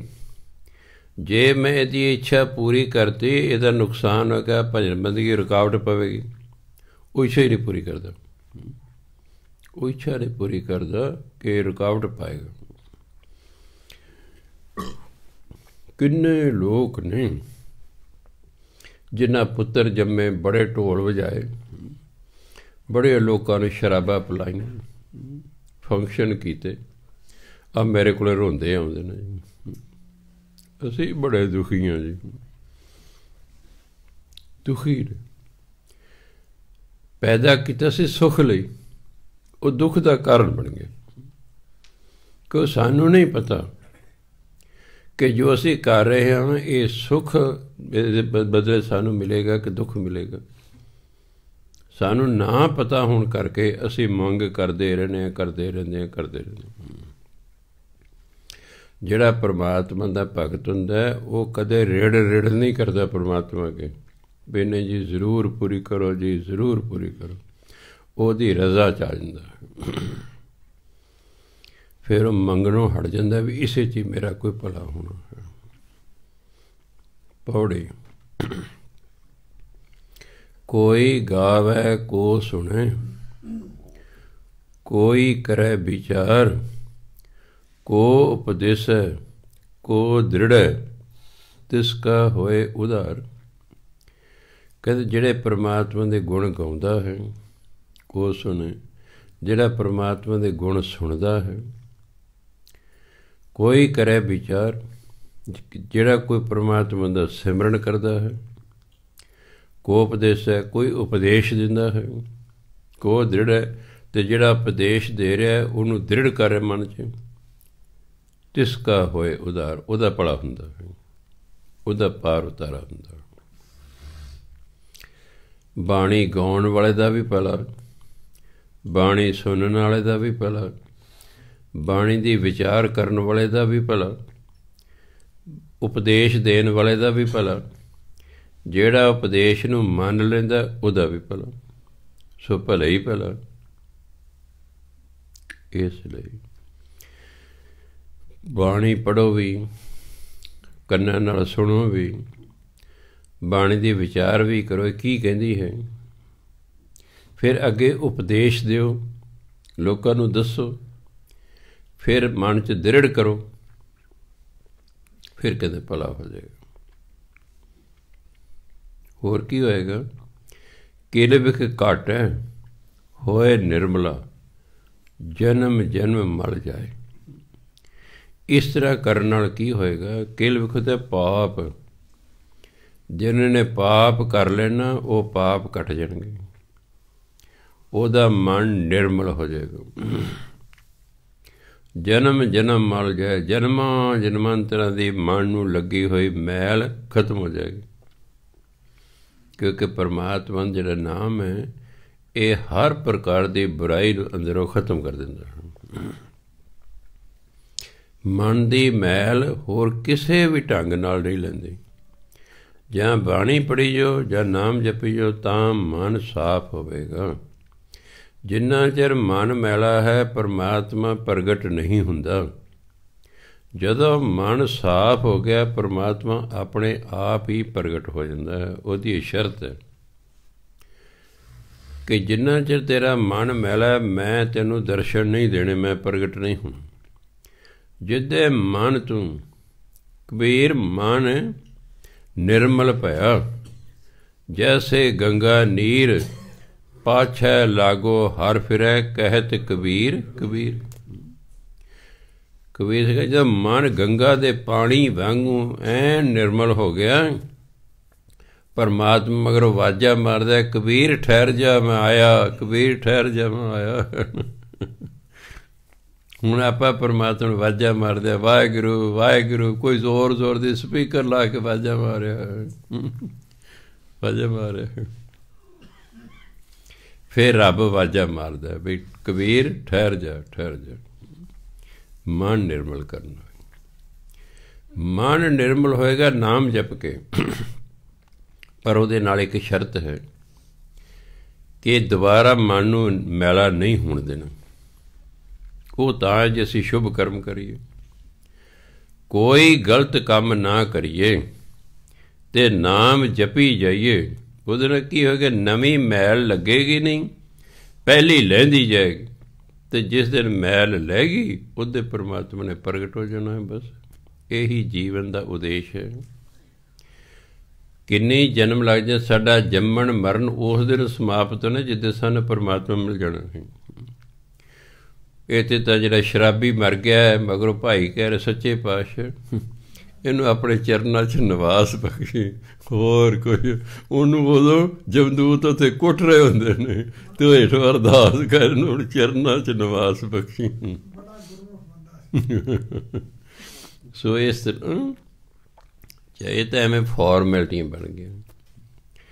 ਕੁਝ ਇਹ ਨਜ਼ਰ ਕਹਿੰਦੇ ਜੀ ਜਦੋਂ ਮਨੁੱਖ ਜਿਉਂਦਾ ਹੁੰਦਾ ਜੀ, ਦੇਖੋ ਜਾਣੇ ਅਣਜਾਣੇ 'ਚ ਗਲਤੀ ਹੋ ਜਾਂਦੇ ਨੇ, ਆਪ ਜੀ ਬਖਸ਼ਿੰਦ ਹੋ ਜੀ, ਇਹਦੀਆਂ ਗਲਤੀਆਂ ਨੂੰ ਨਾ ਚਿਤਾਰਦੇ ਹੋਏ ਇਹਨੂੰ ਆਪਣੇ ਚਰਨਾਂ 'ਚ ਨਿਵਾਸ ਬਖਸ਼ੋ। ਉਹ ਕਹਿੰਦੇ ਜਿਹੜੀ ਹੋ ਗਈਆਂ ਨੇ ਉਹ ਹੋ ਗਈਆਂ ਨੇ। ਇਸ ਤਰ੍ਹਾਂ ਨਹੀਂ ਚਰਨਾਂ 'ਚ ਨਿਵਾਸ ਮਿਲਦਾ। ਕਈ ਸਿੱਧੇ ਹੀ ਲਿਖ ਦਿੰਦੇ ਨੇ, ਸਾਡੇ ਪੂਜਨਿਕ ਪਿਤਾ ਜੀ ਫਲਾਣੀ ਤਰੀਕ ਨੂੰ ਗੁਰੂ ਦੇ ਚਰਨਾਂ 'ਚ ਜਾ ਨਿਵਾਜੇ, ਅਤੇ ਫਿਰ ਲਿਖ ਹੇਠਾਂ ਉਹਨਾਂ ਦੀ ਆਤਮਿਕ ਸ਼ਾਂਤੀ ਲਈ 12 ਤੋਂ 1 ਅਰਦਾਸ ਹੋਏਗੀ। ਫਿਰ ਜੇ ਆਤਮਿਕ ਸ਼ਾਂਤੀ ਨਹੀਂ ਮਿਲੀ, ਗੁਰੂ ਦੇ ਚਰਨਾਂ 'ਚ ਤਾਂ ਨਿਵਾਸ ਹੋ ਗਿਆ ਆਪੇ ਹੀ। ਕੋਈ ਕਹੇ ਸਾਡੇ ਪਿਤਾ ਜੀ ਸਵਰਗ ਸੁਧਾਰ ਗਏ, ਉਹ ਭਲੇ ਮਰ ਜਾ ਸਵਰਗ 'ਚ ਚਲੇ ਗਏ, ਡਾਂਸ ਕਰੋ ਹੇਠਾਂ, ਢੋਲ ਢੋਲ ਵਜਾਓ, ਲੋਕਾਂ ਨੂੰ ਖਾ ਪਿਓ, ਨੱਚੋ ਵੀ ਸਾਡਾ ਬਾਪੂ ਸਵਰਗ ਚਲੇ ਗਏ। ਕਹਿਣਗੇ ਉਹਦੀ ਆਤਮਿਕ ਸ਼ਾਂਤੀ ਲਈ 12 ਵਜੇ ਤੋਂ ਲੈ ਕੇ 1 ਵਜੇ ਦੇ ਪੁਰਾਣੇ ਦਾਂ ਦੇ ਇਕੱਠੇ ਹੋਏ ਹੋਏ। ਸਭ ਫਾਰਮੈਲਿਟੀਆਂ ਨੇ। ਕਾਰਡ ਛਾਪਣ ਵਾਲੇ ਵੀ ਉਹ ਜਿਹੇ ਅਤੇ ਕੋਈ ਛਪਵਾਉਣ ਵਾਲੇ ਵੀ ਉਹ ਜੀ। ਉਹਨਾਂ ਪਹਿਲੇ ਹੀ ਕਾਰਡ ਛਾਪ ਰੱਖੇ, ਜਿਹੜੇ ਤੁਹਾਡਾ ਨਾਂ ਹੀ ਭਰਨਾ ਬਾਪੂ ਦਾ, ਮਰੇ ਹੋਏ ਤਾਂ ਉਹਨੂੰ ਨਾਂ ਹੀ ਭਰਨਾ, ਕਾਰਡ ਉਹਨਾਂ ਪਹਿਲੇ ਹੀ ਛਾਪ ਰੱਖੇ ਹੁੰਦੇ। ਜਦੋਂ ਮੜੀਆਂ ਦਾ ਗੇਟ ਬਣਾ ਰਹੇ, ਇੱਕ ਉਹਨੇ ਲਿਖਿਆ ਸਵਰਗ ਧਾਮ। ਮੈਂ ਭਾਈ ਇੱਕ ਪਿੱਲਰ 'ਤੇ ਲਿਖੋ ਸਵਰਗ ਧਾਮ, ਦੂਜੇ ਪਿੱਲਰ 'ਤੇ ਲਿਖੋ ਨਰਕ ਧਾਮ।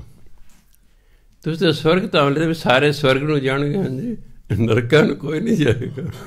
ਉਹ ਪਹਿਲਾਂ ਮੇਰੇ ਵੱਲ ਵੇਖਦੇ ਰਹੇ, ਫਿਰ ਉਹਨੇ ਕਿਹਾ ਵੀ ਹਾਸੇ 'ਚ ਕਹਿ ਰਹੇ, ਉਹ ਮਿਸਤਰੀ ਨੂੰ ਹੱਸ ਕੇ ਟਾਲਤਾ। ਮੈਂ ਤੁਸੀਂ ਸਵਰਗ ਧਾਮ ਲਿਖ ਰਹੇ ਹੋ, ਹਾਂਜੀ ਮੈਂ ਨਾ ਵਿਚਾਰੇ ਨੂੰ ਆਪ ਨਹੀਂ ਪਤਾ ਲਿਖਣ ਵਾਲਾ ਵੀ ਇਹਨਾਂ ਕਿੱਧਰ ਨੂੰ ਜਾਣਾ।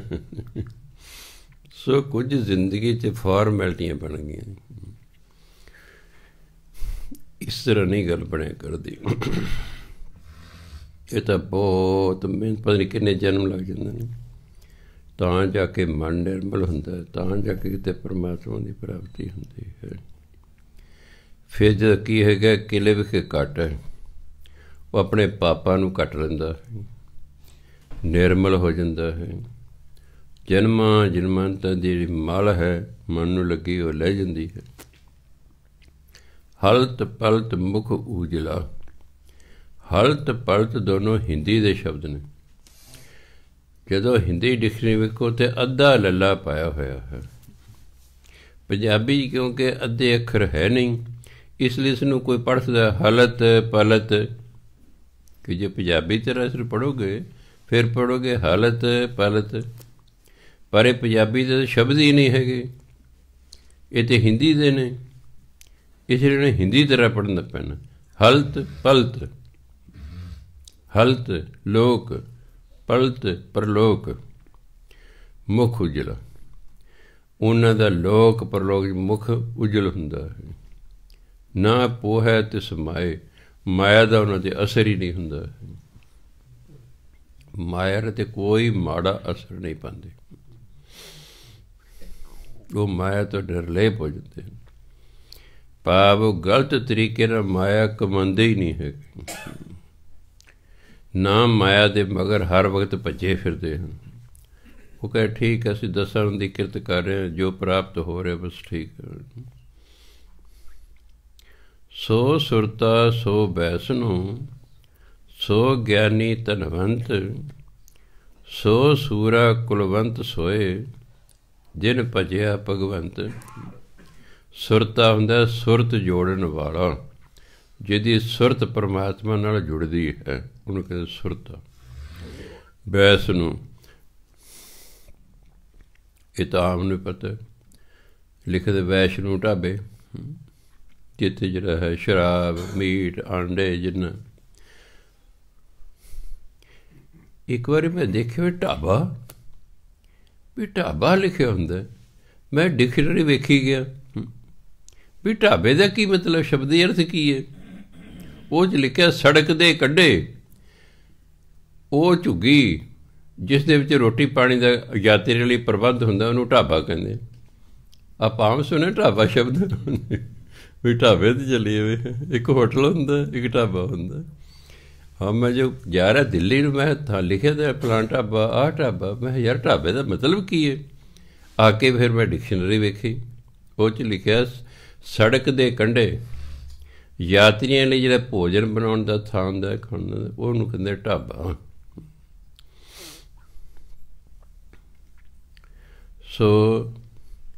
ਸੋ ਸੁਰਤਾ ਸੋ ਵੈਸ਼ਨੂੰ, ਉਹੀ ਸੁਰਤ ਜੋੜਨ ਵਾਲਾ ਹੈ, ਉਹੀ ਵੈਸ਼ਨੂੰ ਹੈ। ਸੋ ਗਿਆਨੀ, ਉਹ ਗਿਆਨੀ ਹੈ। ਧਨਵੰਤ, ਉਹ ਅਮੀਰ ਹੈ। ਸੋ ਸੂਰਾ, ਉਹ ਬਹਾਦਰ ਹੈ। ਕੁਲਵੰਤ, ਉਹ ਚੰਗੀ ਕੁਲ ਵਾਲਾ ਹੈ। ਕੌਣ? ਜਿਨ ਭਜਿਆ ਭਗਵੰਤ, ਜਿਹਨੇ ਪਰਮਾਤਮਾ ਦਾ ਨਾਮ ਜਪਿਆ। ਜਿਸ ਨੇ ਪਰਮਾਤਮਾ ਦਾ ਨਾਮ ਜਪਿਆ, ਅਸਲ 'ਚ ਉਹੀ ਸੁਰਤਾ ਹੈ, ਉਹੀ ਵੈਸ਼ਨੂੰ ਹੈ, ਉਹੀ ਗਿਆਨੀ ਹੈ, ਉਹੀ ਧਨਵੰਤ ਹੈ, ਉਹੀ ਸੂਰਾ ਬਹਾਦਰ ਹੈ, ਉਹੀ ਕੁਲਵੰਤ ਉੱਚੀ ਕੁਲ ਵਾਲਾ ਹੈ, ਜਿਹਨੇ ਪਰਮਾਤਮਾ ਦਾ ਨਾਮ ਜਪਿਆ।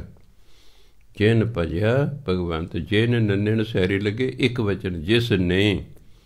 ਜੇ ਨੰਨੇ ਨੂੰ ਸੈਰੀ ਨਾ ਆਉਂਦੀ, ਜਿਨ, ਫਿਰ ਉਹਨੇ ਜਿਨ੍ਹਾਂ ਨੇ, ਫਿਰ ਉਹਨੇ ਜਿਨ੍ਹਾਂ ਨੇ ਪਰਮਾਤਮਾ ਦਾ ਨਾਮ ਜਪਿਆ। ਜਿਸ ਨੇ ਵੀ ਪਰਮਾਤਮਾ ਦਾ ਨਾਮ ਜਪਿਆ।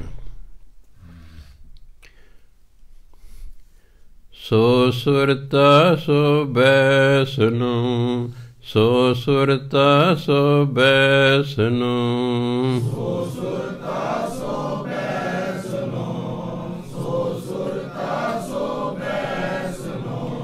ਸੋ ਗਿਆਨੀ ਧਨਵੰਤ, ਸੋ ਗਿਆਨੀ ਧਨਵੰਤ, ਸੋ ਗਿਆਨੀ ਧਨਵੰਤ, ਸੋ ਗਿਆਨੀ ਧਨਵੰਤ। ਆ ਬੀਬੀਆਂ ਵੱਲੋਂ ਘੱਟ ਆਵਾਜ਼ ਆ ਰਹੀ ਹੈ। ਸੋ ਸੂਰਾ ਕੁਲਵੰਤ ਸੋਏ, ਸੋ ਸੂਰਾ ਕੁਲਵੰਤ ਸੋਏ, ਸੋ ਸੂਰਾ ਕੁਲਵੰਤ ਸੋਏ, ਸੋ ਸੂਰਾ ਕੁਲਵੰਤ ਸੋਏ। ਜਿਨ ਭਜਿਆ ਭਗਵੰਤ, ਜਿਨ ਭਜਿਆ ਭਗਵੰਤ, ਜਿਨ ਭਜਿਆ ਭਗਵੰਤ,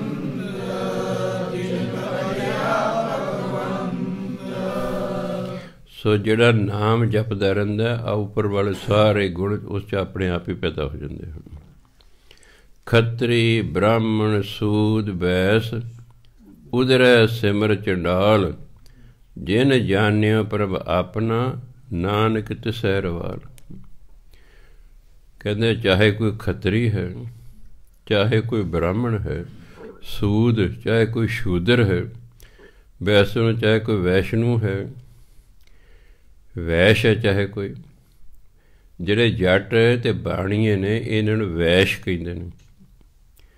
ਬ੍ਰਾਹਮਣ ਦਾ ਸਿੱਧਾ ਹੀ ਹੈ, ਖੱਤਰੀ ਵੀ ਹੈ, ਬ੍ਰਾਹਮਣ ਹੋ ਗਏ। ਜਿਹੜੀ ਨੀਵੀਂ ਜਾਤਾਂ ਲੋਕ ਉਹਨਾਂ ਨੂੰ ਕਹਿੰਦੇ ਹੁੰਦੇ ਸੀ ਸ਼ੂਦਰ, ਬੈਕਵਰਡ ਕਲਾਸ ਅਤੇ ਸ਼ਡਿਊਲਡ ਕਾਸਟ ਨੂੰ ਸ਼ੂਦਰ ਕਹਿੰਦੇ। ਵੈਸ਼ ਜੱਟਾਂ ਨੂੰ ਅਤੇ ਬਾਣੀਆਂ ਨੂੰ ਵੈਸ਼ ਕਹਿੰਦੇ ਸੀ। ਉਧਰੈ ਸਿਮਰ ਚੰਡਾਲ, ਚਾਹੇ ਕੋਈ ਚੰਡਾਲ ਹੈ। ਕੋਈ ਸਮਾਂ ਸੀ ਹਿੰਦੁਸਤਾਨ ਦੇ ਵਿੱਚ 5 ਜਾਤਾਂ ਸਨ, ਬ੍ਰਾਹਮਣ, ਖੱਤਰੀ, ਵੈਸ਼, ਸ਼ੂਦਰ ਅਤੇ ਚੰਡਾਲ। ਚੰਡਾਲਾਂ ਨੂੰ ਹੁਕਮ ਸੀ ਕਿ ਤੁਸੀਂ ਜੰਗਲਾਂ 'ਚ ਰਹਿਣਾ, ਤੁਸੀਂ ਪਿੰਡ ਦੇ ਸ਼ਹਿਰ 'ਚ ਨਹੀਂ ਰਹਿ ਸਕਦੇ। ਜਦੋਂ ਤੁਸੀਂ ਪਿੰਡ ਜਾਂ ਸ਼ਹਿਰ 'ਚ ਆਉਣਾ ਹੈ, ਢੋਲ ਵਜਾਉਂਦੇ ਆਉਣਾ ਵੀ ਸਾਨੂੰ ਪਤਾ ਲੱਗ ਜੇ ਚੰਡਾਲ ਆ ਰਹੇ ਨੇ, ਤੁਹਾਡਾ ਪਰਛਾਵਾਂ ਨਾ ਕਿਤੇ ਸਾਡੇ 'ਤੇ ਪੈ ਜੇ। ਅਤੇ ਉਹਨੂੰ ਹੁਕਮ ਹੁੰਦਾ ਸੀ ਤੁਸੀਂ ਆਪਣੇ ਪਿੱਠ ਦੇ ਮਗਰ ਝਾੜੀ ਬੰਨ੍ਹ ਕੇ ਲਿਆਉਣੀ ਹੈ, ਤਾਂ ਜੋ ਤੁਹਾਡੇ ਪੈਰਾਂ ਦਾ ਨਿਸ਼ਾਨ ਸਾਡੀਆਂ ਗਲੀਆਂ 'ਚ ਨਾ ਰਹਿ ਜੇ। ਇਹ ਵੀ ਹਾਲਤ ਸੀ ਹਿੰਦੁਸਤਾਨ ਦੇ। ਭਲਾ ਹੋਵੇ ਗੁਰੂਆਂ ਦਾ ਅਤੇ ਭਗਤਾਂ ਦਾ। ਉਹਨਾਂ ਨੇ ਕਿਹਾ ਚਾਹੇ ਖੱਤਰੀ ਹੈ, ਚਾਹੇ ਬ੍ਰਾਹਮਣ ਹੈ, ਚਾਹੇ ਸ਼ੂਦਰ ਹੈ, ਚਾਹੇ ਵੈਸ਼ ਹੈ, ਚਾਹੇ ਚੰਡਾਲ ਹੈ, ਉਧਰੈ ਸਿਮਰ, ਜਿਹੜਾ ਸਿਮਰਨ ਕਰੇਗਾ ਉਹਦਾ ਹੀ ਪਾਰ ਉਤਾਰਾ ਹੋ ਜਾਏਗਾ। ਨਹੀਂ ਤੇ ਕਹਿੰਦੇ ਸੀ ਬ੍ਰਾਹਮਣਾਂ ਅਤੇ ਖੱਤਰੀਆਂ ਨੂੰ ਹੀ ਨਾਮ ਜਪਣ ਦਾ ਅਧਿਕਾਰ ਹੈ, ਬਾਕੀ ਤਾਂ ਕਿਸੇ ਨੂੰ ਅਧਿਕਾਰ ਹੀ ਨਹੀਂ ਹੈਗਾ। ਕਹਿੰਦੇ ਸੀ ਬ੍ਰਾਹਮਣਾਂ ਅਤੇ ਖੱਤਰੀਆਂ ਨੂੰ ਹੀ ਨਾਮ ਜਪਣ ਦਾ ਅਧਿਕਾਰ ਹੈ, ਬਾਕੀ ਕਿਸੇ ਨੂੰ ਅਧਿਕਾਰ ਹੀ ਨਹੀਂ ਸੀ। ਇਸ ਲਈ ਮੰਦਰਾਂ 'ਚ ਵੜਨ ਹੀ ਨਹੀਂ ਸੁਣ ਦਿੰਦੇ। ਜੇ ਨਾਮਦੇਵ ਵਰਗੇ ਗਲਤੀ ਨਾਲ ਮੰਦਰ 'ਚ ਚਲੇ ਗਏ, ਅਗਲੇ ਧੱਕੇ ਮਾਰ ਕੇ ਬਾਹਰ ਕੱਢਦੇ ਵੀ ਤੂੰ ਕਿੱਥੇ ਆ ਗਿਆ, ਤੂੰ ਤਾਂ ਸ਼ੂਦਰ ਹੈ, ਬਾਹਰ ਨਿਕਲ। ਇਹ ਵੀ ਹਾਲ ਸੀ। ਇਹ ਤਾਂ ਭਲਾ ਹੋਵੇ ਭਗਤਾਂ ਦਾ, ਭਲਾ ਹੋਵੇ ਗੁਰੂਆਂ ਦਾ, ਜਿਨ੍ਹਾਂ ਨੇ ਪ੍ਰਚਾਰ ਕਰ ਕਰਕੇ ਲੋਕਾਂ ਨੂੰ ਸੋਝੀ ਦਿੱਤੀ ਕਿ ਜਿਹੜਾ ਪਰਮਾਤਮਾ ਨਾਮ ਜਪਣਾ ਕਿਸੇ ਖਾਸ ਦਾ ਅਧਿਕਾਰ ਨਹੀਂ ਹੈ, ਕੋਈ ਵੀ ਪਰਮਾਤਮਾ ਦਾ ਨਾਮ ਜਪ ਸਕਦਾ ਹੈ। ਤਾਂ ਉਹਨਾਂ ਕਿਹਾ ਚਾਹੇ ਚੰਡਾਲ ਹੈ, ਚਾਹੇ ਵੈਸ਼ ਹੈ, ਚਾਹੇ ਸ਼ੂਦਰ ਹੈ, ਚਾਹੇ ਬ੍ਰਾਹਮਣ ਹੈ, ਚਾਹੇ ਖੱਤਰੀ ਹੈ, ਉਧਰੈ ਸਿਮਰ, ਪਰਮਾਤਮਾ ਸਿਮਰਨ ਕਰਕੇ ਉਹਦਾ ਪਾਰ ਉਤਾਰਾ ਹੋ ਜਾਏਗਾ। ਜਿਨ ਜਾਣਿਓ ਪ੍ਰਭ ਆਪਣਾ, ਨਾਨਕ ਤਿਸੈ ਰਵਾਲ, ਰਵਾਲ ਦੇ ਚਰਨ ਧੂੜ। ਜਿਸ ਨੇ ਪਰਮਾਤਮਾ ਨੂੰ ਜਾਣ ਲਿਆ, ਗੁਰੂ ਮਹਾਰਾਜ ਕਹਿੰਦੇ ਅਸੀਂ ਉਸਦੇ ਚਰਨਾਂ ਦੀ ਧੂੜ ਹਾਂ। ਅਸੀਂ ਉਹਦੇ ਚਰਨਾਂ ਦੀ ਧੂੜ ਹਾਂ, ਜਿਹਨੇ ਪਰਮਾਤਮਾ ਨੂੰ ਜਾਣ ਲਿਆ ਹੈ। ਗੌੜੀ ਕੀ ਵਾਰ, ਮਹਿਲਾ ਚੌਥਾ। ਰਾਗ ਗੌੜੀ ਹੈ। 22 ਵਾਰਾਂ ਨੇ ਗੁਰੂ ਗ੍ਰੰਥ ਸਾਹਿਬ ਦੇ ਵਿੱਚ। ਵਾਰਾਂ 'ਚ ਕੀ ਹੁੰਦਾ? ਪਹਿਲਾ ਸ਼ਲੋਕ ਹੁੰਦਾ। ਆਮ ਤੌਰ 'ਤੇ 2-2 ਸ਼ਲੋਕ ਹੁੰਦੇ। ਇੱਕ ਦੇ ਨਾਲ ਲਿਖਦਾ ਸ਼ਲੋਕ, ਜਿਵੇਂ ਸ਼ਲੋਕ ਮਹੱਲਾ ਚੌਥਾ, ਅਗਲੇ ਨਾਲ ਫਿਰ ਇਕੱਲਾ ਮਹੱਲਾ ਚੌਥਾ, ਉਦੋਂ ਅੱਗੇ ਫਿਰ ਪੌੜੀ। ਜਦੋਂ ਵਾਰ ਦਾ ਹੁਕਮਨਾਮਾ ਲੈਣਾ ਪੈ ਜੇ ਤਾਂ ਪੌੜੀ ਜਿੱਥੇ ਜਾ ਕੇ ਮੁੱਕਦੀ ਹੈ, ਉੱਥੇ ਜਾ ਕੇ ਹੁਕਮਨਾਮਾ ਸਮਾਪਤ ਹੁੰਦਾ ਹੈ। ਇੱਕ ਓਂਕਾਰ ਸਤਿਗੁਰ ਪ੍ਰਸਾਦ, ਇੱਕ ਓਂਕਾਰ ਪਾ ਪਰਮਾਤਮਾ। ਤੁਸੀਂ ਕਹੋਗੇ ਆਬੂੜੇ ਦਾ ਮੂੰਹ ਖੁੱਲ੍ਹਾ ਕਿਉਂ ਰੱਖਿਆ ਹੋਇਆ ਹੈ?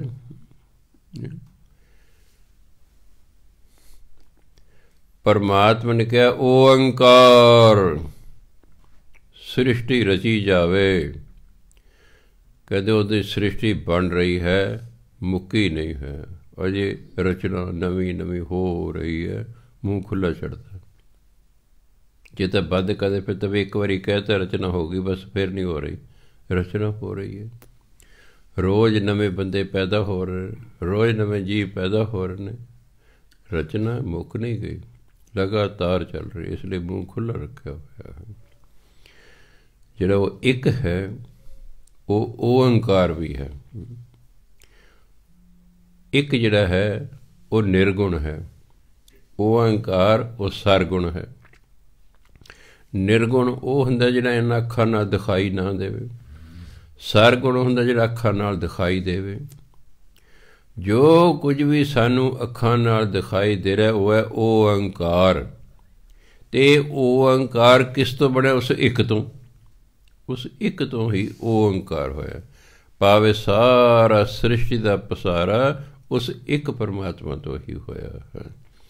ਇਸ ਲਈ ਪਰਮਾਤਮਾ ਇੱਕ ਓਂਕਾਰ ਹੈ। ਸਤਿਗੁਰ ਪ੍ਰਸਾਦ। ਹੁਣ ਕਹਿੰਦੇ ਉਹ ਮਿਲੂਗਾ ਕਿਵੇਂ? ਕਹਿੰਦੇ ਗੁਰੂ ਦੀ ਕਿਰਪਾ ਚਾਹੀਦੀ ਹੈ। ਹੁਣ ਤੁਸੀਂ ਗੁਰੂ ਦੀ ਕਿਰਪਾ ਕਿਵੇਂ ਹੋਵੇ? ਉਹਦਾ ਹੁਕਮ ਮੰਨਣਾ ਪੈਣਾ।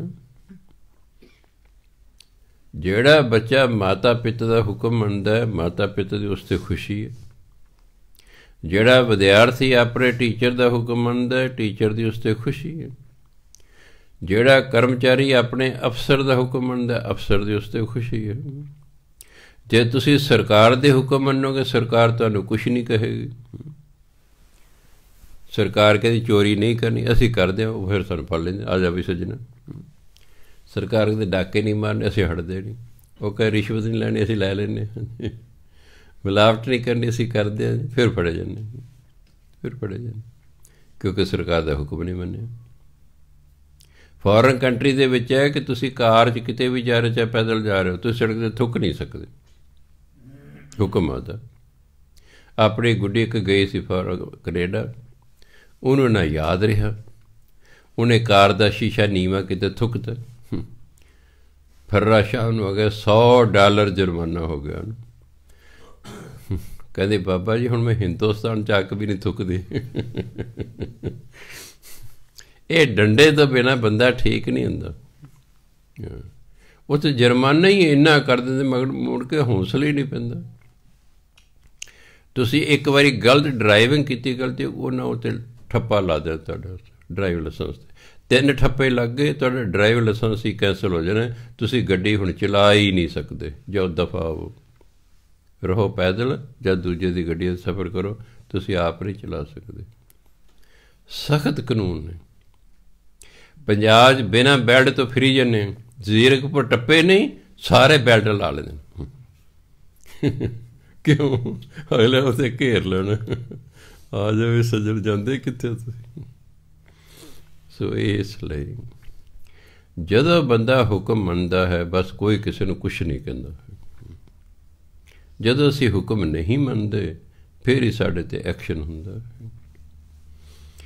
ਸੋ ਸਤਿਗੁਰ ਪ੍ਰਸਾਦ, ਗੁਰੂ ਦੀ ਕਿਰਪਾ ਨਾਲ ਪਰਮਾਤਮਾ ਮਿਲਦਾ ਹੈ। ਅਤੇ ਗੁਰੂ ਦੀ ਕਿਰਪਾ ਜੋ ਗੁਰੂ ਬਾਰੇ ਬਾਣੀ 'ਚ ਕਹਿ ਰਹੇ ਨਾ, ਜੇ ਅਸੀਂ ਮੰਨ ਲਵਾਂਗੇ ਬਸ ਕਿਰਪਾ ਹੋ ਜਾਏਗੀ। ਤਾਂ ਹੀ ਕਿਰਪਾ ਹੈਗੀ ਜੇ ਅਸੀਂ ਗੁਰੂ ਦੀ ਗੱਲ ਨੂੰ ਮੰਨਾਂਗੇ।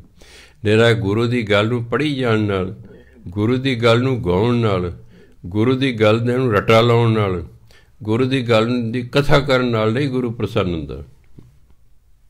ਗੁਰੂ ਪ੍ਰਸੰਨ ਹੁੰਦਾ ਮੰਨਣ ਨਾਲ। ਜਿੰਨੇ ਸੁਣ ਕੇ ਮੰਨਿਆ ਸੇ ਪੁਰਖ ਪ੍ਰਦਾਨ। ਸੰਤਾਂ ਨੂੰ ਵੇਖ ਕੇ ਸਾਰਿਆਂ ਦੇ ਜੀ ਕਦਰ, ਆਪਾਂ ਵੀ ਸੰਤ ਹੁੰਦੇ।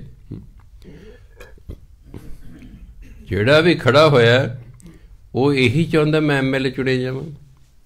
ਜਿਹੜੇ ਫਿਰ MLA ਬਣ ਜਾਂਦੇ ਉਹਨਾਂ ਦਾ ਜੀ ਕਰਦਾ ਮੈਂ ਮੁੱਖ ਮੰਤਰੀ ਹੋਵਾਂ।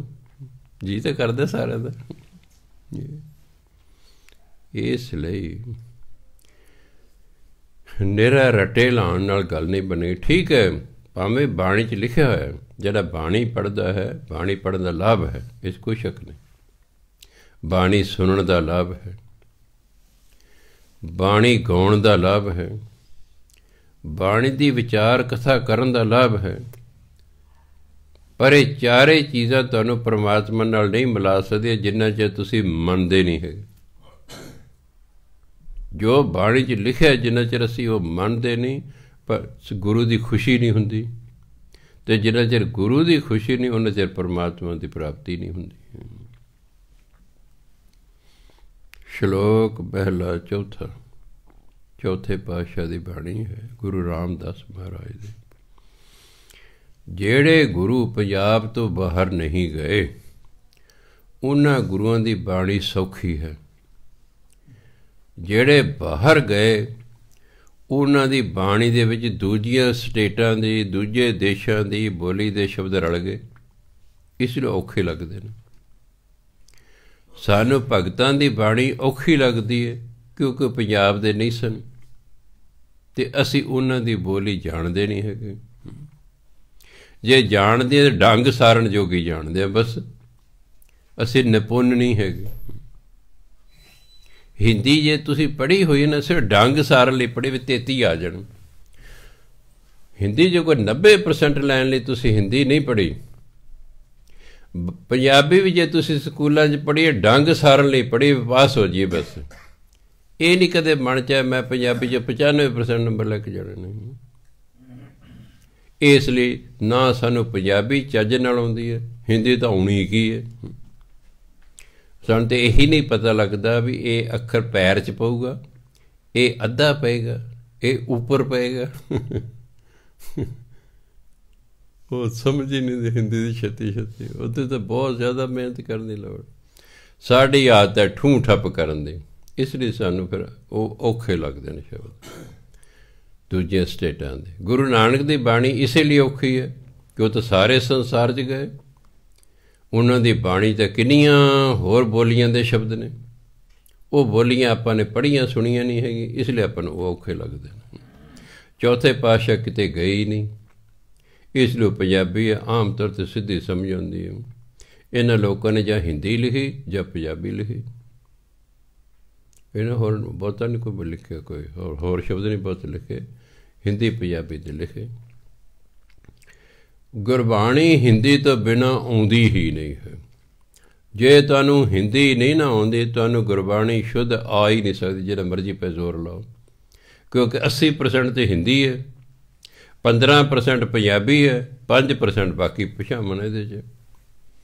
हुण 80% हिंदी दे शब्द ने गुरबाणी, 80% लिखे पंजाबी अखरां च, गुरमुखी अखरां च हैं हिंदी, हैं हिंदी। तो हिंदी सानूं आउंदी ही नहीं, इसलिए बाणी समझ नहीं आती। इसलिए जिन्हों शौक होवे फिर उन्होंने जिहड़ा है ये पढ़ना पैना। वो अपने चाहे किसी बच्चे तो मंग लो किताब, पहली का कहदा दे हिंदी का, भाई वो पहला पढ़ लो, फिर दूजी दे किताब पढ़ लो, फिर तीजी दी पढ़ो, ऐ किताबां पढ़ते रहो, कुछ हिंदी आवे तां ही आवेगी। चलो लिखनी तो भावें ना आवे तां भी साडा सर जे, पर पढ़नी तो आनी चाहिए ना। पहला पढ़नी होनी चाहिए, फिर वो थोड़े बहुत अर्थ होने चाहिए ने, तां जाके किते कोई समझ आवेगी। सतगुर पुरख दयाल है, जिसनों समत सब कोई। हुण समत हिंदी का शब्द है ना, पता कोई समत पढ़ दूगा, जे ना पता जे संथ्या ना लई होवे, इन्हें कई समत पढ़ देंगे।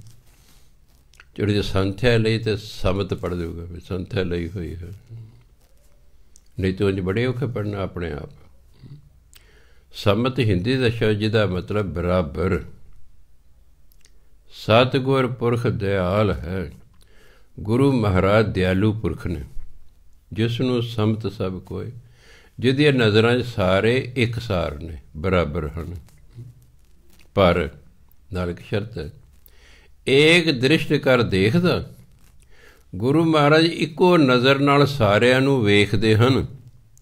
मन भावनी ते सिद्ध होए, पर प्राप्ति ਤਾਂ मन ਦੀ भावना अनुसार होनी है कि गुरु ਦੇ ਵਿੱਚ किन्नी ਕੁ भावना है। कोई शरधा भावना है? गुरु ਲਈ ਤਾਂ ਸਾਰੇ बराबर ने, वो सारे इको नज़र नाल ਵੇਖਦਾ है। पर साड़ी की भावनी है, जो मन की भावनी है वो अनुसार सानू सिद्ध प्राप्ति होंदी है, जिहो जी मनुख की भावना है। सतगुर विच अमृत है, अमृत परमात्मा के नाम नूं कहंदे ने। गुरु च परमात्मा का नाम वसदा है। आपां तां नाम जपदे ना, नाम वसदा नहीं साडे अंदर।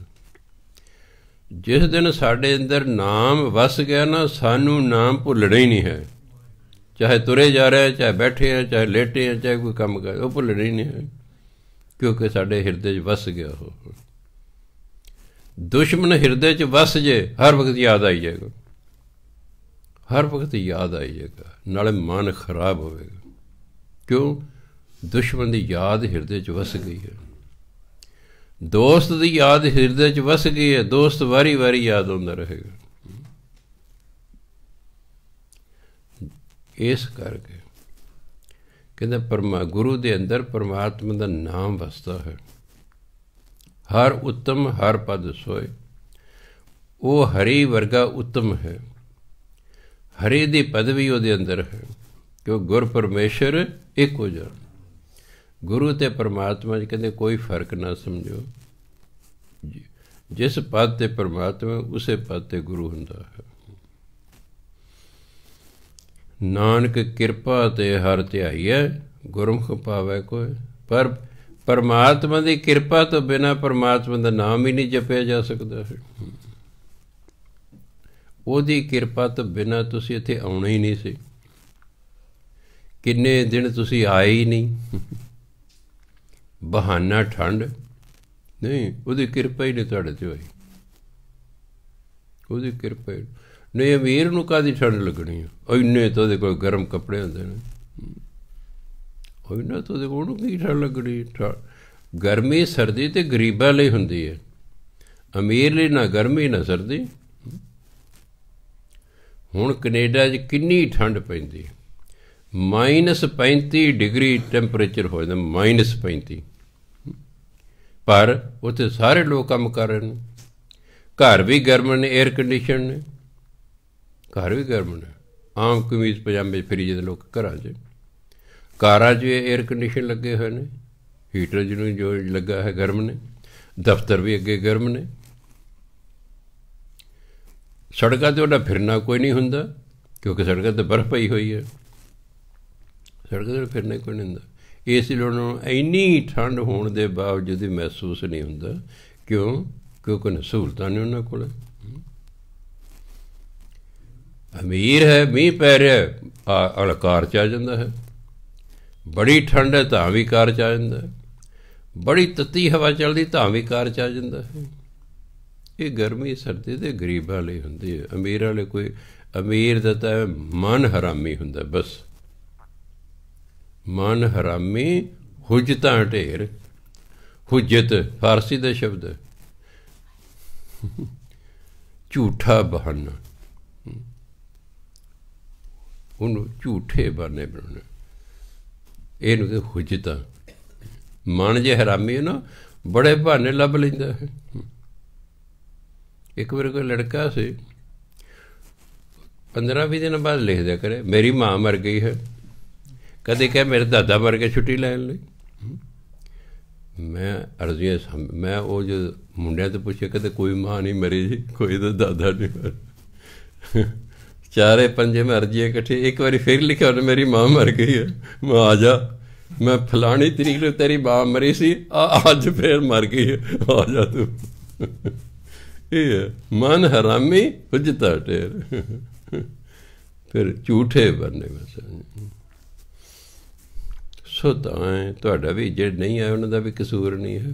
ਉਹਨਾਂ ਨੇ ਇੱਕ ਹੋਰ ਬਹਾਨਾ ਮਿਲ ਗਿਆ ਜੀ, ਦਾਤੇ ਨੇ ਸਾਨੂੰ ਭੇਜਿਆ, ਅਸੀਂ ਆਉਣ ਨੂੰ ਤਿਆਰ ਸੀ। ਅਸੀਂ ਤਾਂ ਬਾਬਾ ਜੀ ਆਉਣ ਨੂੰ ਤਿਆਰ ਸੀ, ਤੁਸੀਂ ਆਪ ਤੇ ਖਤਾ ਕੀਤੀ ਹੈ ਬਈ ਸਾਡੇ ਤੇ ਪਰਮਾਤਮਾ ਦਾ ਹੁਕਮ, ਕਿਰਪਾ ਹੀ ਨਹੀਂ ਹੋਈ, ਇਸ ਲਈ ਅਸੀਂ ਆਏ ਨਹੀਂ। ਹੁਣ ਅਸੀਂ ਕੀ ਕਰੀਏ?